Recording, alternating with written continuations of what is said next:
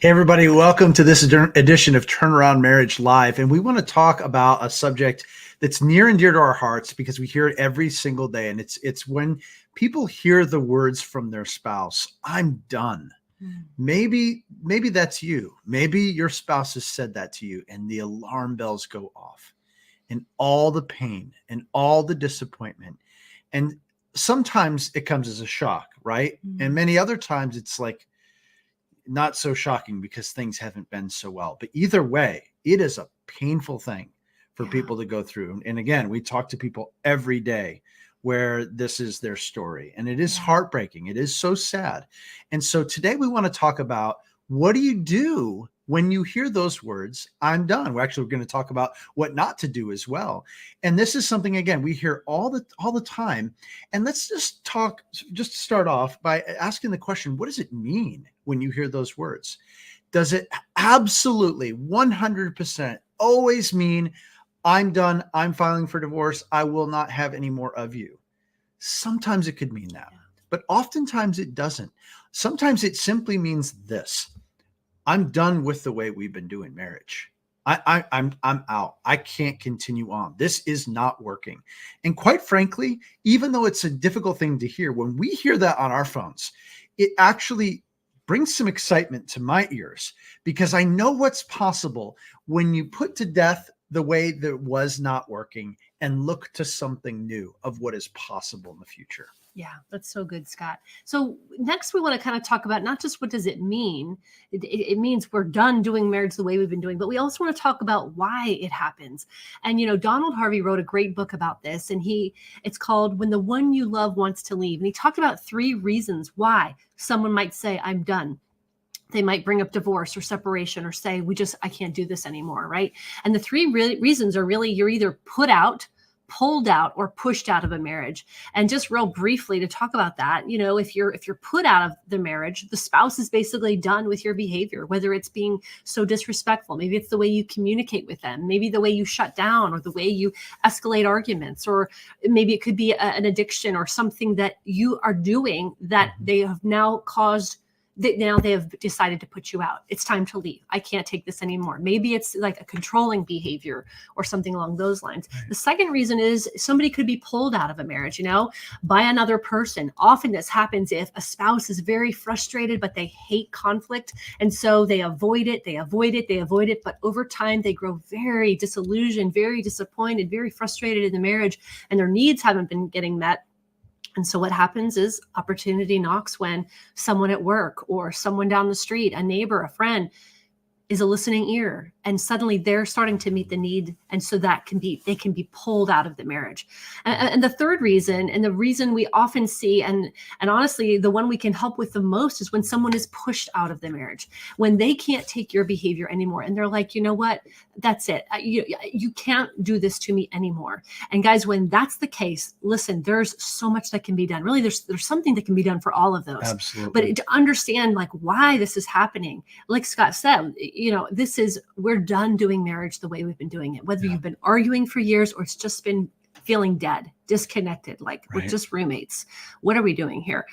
And here's the thing, guys, we have seen God do so many miraculous turnarounds in marriages with the clients we work with. We watch him work. We watch him utilize the strategies we use to actually bring people back together, whether they've been pushed out, pulled out, or put out of the marriage. And so we're here to say, if your spouse has said to you, I'm done, we're here to say, please hold on and listen up. Here's what you should not do. Yeah, that's so true. And the number one thing you should not do is just give up. And unfortunately, this is what a lot of people do. In fact, one of the biggest comments, we do a lot of advertising. One of the biggest comments we see in our advertising is, bull, this can't work. You need 2 people. That's what we hear all the time. If that's your attitude, it's done already. Just put a fork in it. Gosh, that's true. It really is. And so you cannot give up.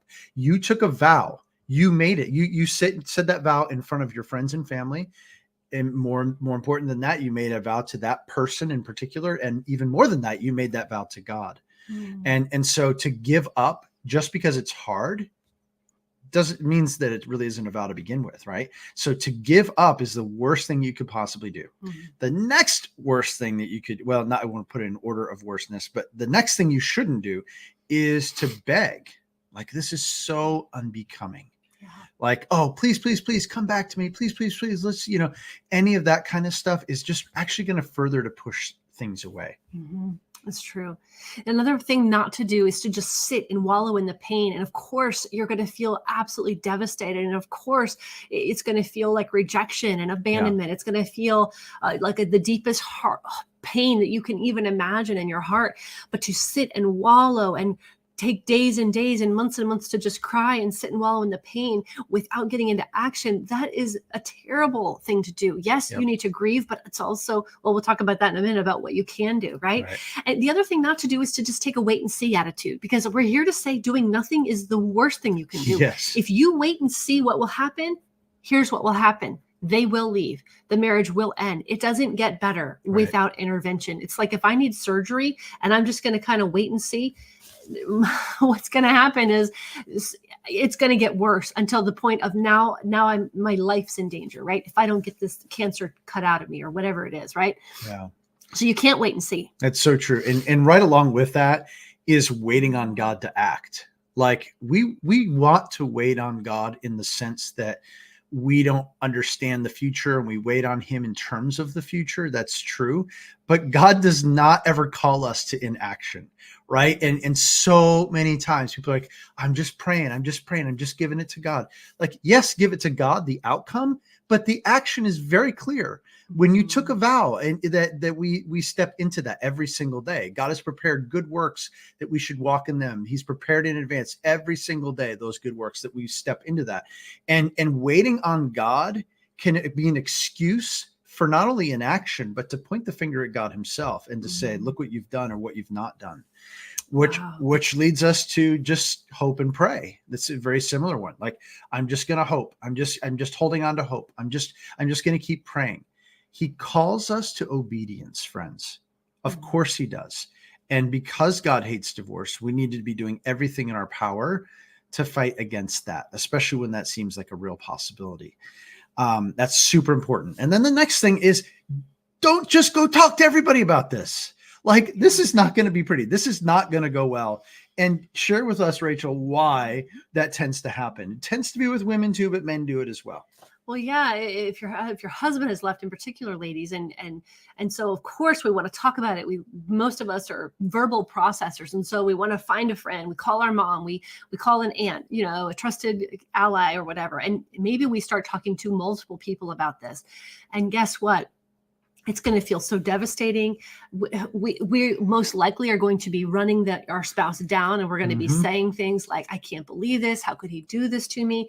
Right. And that friend of yours, because they love and care about you, and because they have no idea what to do, they are going to coddle you and say, you poor thing. And why don't you leave him? And that you should you don't deserve this. And they are going to most likely, most friends are not going to tell you, you should fight for it. You don't give up. They're just not going to, because they don't want to see you hurt. And they don't know that is the outcome that will happen. And so to protect you, they tell you to reject your husband, or vice versa. If your wife has said, I'm done, and husbands for the same thing for you. And so if you start running your spouse down and you start spreading the stuff with a lot of people, it is not going to put you in a good position. What it's going to do is put a bunch of allies around you that are on your side that are going to tell you not to fight for it. And that's exactly the last thing in the world you need if you want to save their marriage. Yes. If you really want to do everything in your power. Absolutely. And just to stack on top of that, you're so right, Rach. Like, what do they tend to tell you? Like, oh, poor you. He said he's done. Like, they tend to align, like you said, they tend to align with you. And then you start to, it builds up a bitterness in you because other people are on your side, so to speak. And it's like, oh, he's so mean. Well, what about the fact that you weren't there for him? What about the fact that you weren't, connected with him, or you guys weren't together sexually or otherwise? Like, there's so many other aspects, and you got to be very careful about who you're talking to, because not everybody will level with you. Right. How many people would say, but sister, but brother, have you really been there for her? Have you been focused on the kids too much? Like, who is going to ask those questions? People don't tend to do that because we're all about niceness these days. So you got to be very, very careful with who you share that with. And then next, we want to talk about what you should do. Like, this is very important. We've already said not inaction. So the opposite, obviously, is action. So the very first thing that you can do is to partner with God. I'm not saying just pray. I'm saying enter into a partnership with deep reliance upon God, praying and coming into agreement with God that the very best for you, and we don't know the mind of God, but if you've taken that vow, the very best for you is as long as you're able to, is to fight for your marriage and not just to give up, not wave the white flag. And so to partner with God means to reach out in daily dependence upon him, not just praying for your spouse, not just praying for the marriage, but praying for your own heart, praying that God would soften you, praying that God would encourage you and strengthen you, right? For sure. And so the next thing you need to do is to get to work, right? It's like, first, partner with God. Yes, we're all about praying, but so many people just stop there. I'm just praying, and that's what all I need to do. That's all. It's all up to God now. That's what people say. No, it's not. You have taken the vow. Yes, you have God with you. And it's not you partnered against your enemy, or excuse me. It's not you and God partnered against your spouse, who sometimes feels like your enemy, but it is you are partnered with God for the future of your marriage and family. And so to get to work means, again, not waving the white flag. What that looks like, and we hear it all the time. Well, I'm doing everything I know to do. I've been working on me. It's not what we're talking about. Because so often this is what happens. People like ladies, they'll like, I'm doing everything. I'm working on me. And what do? They tend to start working around the house and get busy. They're making meals, or they're doing his laundry, or they're trying to come on to them sexually, and that's it. And men, they're like, well, they dive into their work. They dive into providing. They get busy.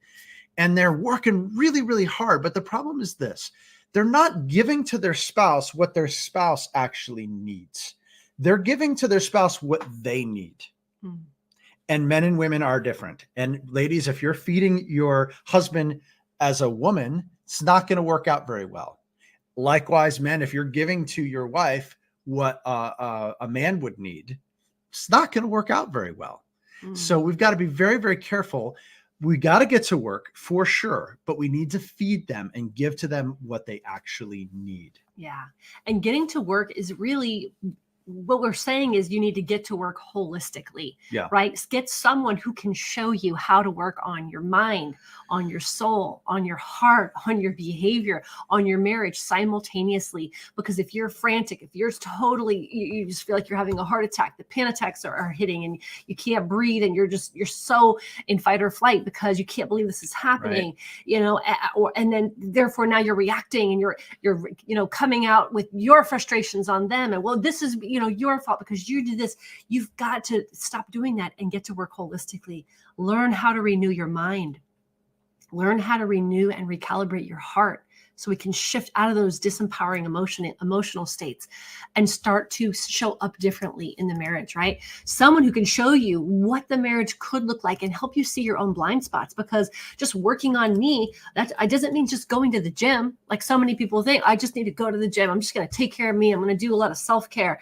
That's not what we're talking about. We're talking about a holistic approach to learn how to renew your body, your mind, your heart, your soul, to be able to fully surrender all of that to God and to be able to show up powerfully to love your spouse as you love yourself. That might be working on your identity of who you think you are, right? So it's critical that you get to work holistically and you find someone who can show you how to do that. Yeah, you're absolutely right. And what happens is when we hear those words, it's like it triggers in us like a hopelessness or a pain or even a frustration. Like, I've been working every day, bringing home the provisions for this family, or I'm here with the kids and I'm working so hard and I'm keeping the house clean. Like, we go into that and then we're frustrated and angry and disappointed and lonely and sad. If you are leading, yes, you need to feel those emotions. Don't outrun them. You need to feel them and give them and process them, give them to God. But understand, if those are the primary emotions that you're living in, you will never, ever, ever, ever be able to heal your marriage. If they're just receiving the receiving end of your frustration, your vitriol, your anger, your sadness, like your countenance, they look at you and they don't even want to be around you. They just want to get away. So this is so important to holistically. It's not just here's the meal, eat it. It's like Tina, eat the food. Like, it's not just here it is. It's also like communicating with love, with your countenance, communicating with care, like having a real healing from the Lord, and walking with a confidence with who he says that you are, and that he's with you, united with you in this process, that you're not alone. And you're right, Rachel. The very next step is that you to have someone else to help you, because your friends are most likely not going to be able to call that out in you. Right. Yeah, it's so true. And you're right. When you're showing up in those emotional states, it's just so easy to keep pushing them further away. And we know you feel that way. And that's why you've got to find someone who can help you right now. And here's the number one thing we see over and over again. If you believe that you are hopeless and helpless to save your marriage on your own, the marriage is already done. And we have that belief thrown at us over and over again on our ads or in our, on our coaching page or whatever. And people think that. And if you believe that, you won't even try. And so guess what? It becomes self-fulfilling. But we're here to say, tell that to Michelle, tell that to Steve, tell that to Jamie, tell that to the countless people we've worked with that were able to save their marriage, whether their spouse ever got on board or not. Because here's the reality.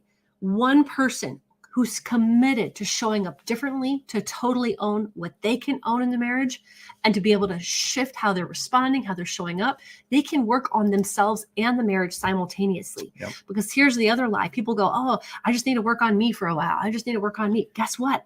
You don't have time to just work on you. You need to work now on you and the marriage. You've got to have someone showing you how to build those bridges to your spouse's heart, how to be able to own what you can own, because obviously they're done for a reason. Yep. Your spouse is done doing marriage the way you have been doing it. Has it been the way you've not shown appreciation?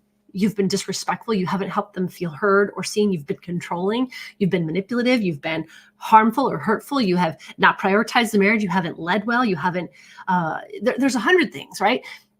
And so you've got to get help right now. And so last night, as we were sharing with our clients, and one amazing wife was there, and she was so thrilled because her husband had joined the process. And she said, I'm so excited because I've been praying for 4 weeks that he would join me in this journey. And guess what?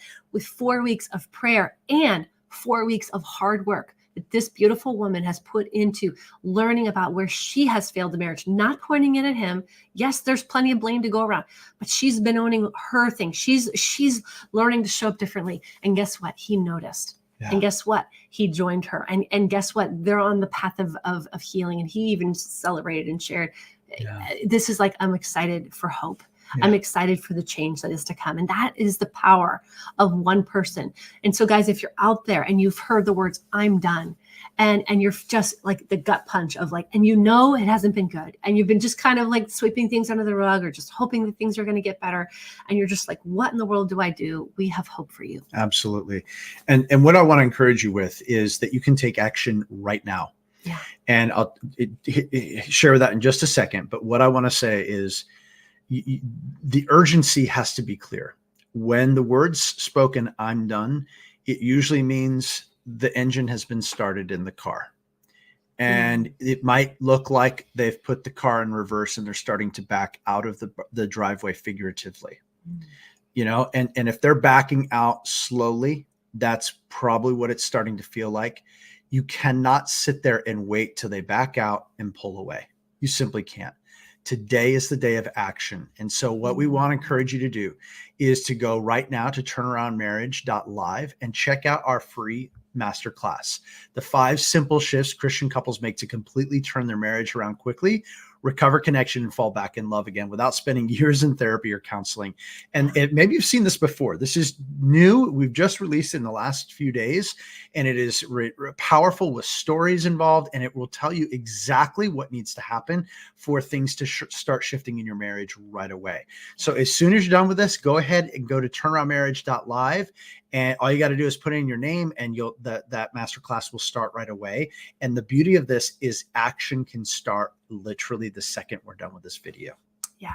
So go to turnaroundmarriage.live, check out that free masterclass, get into action, do not give up, and know that our hearts are for you and there is hope and help There available. absolutely is hope.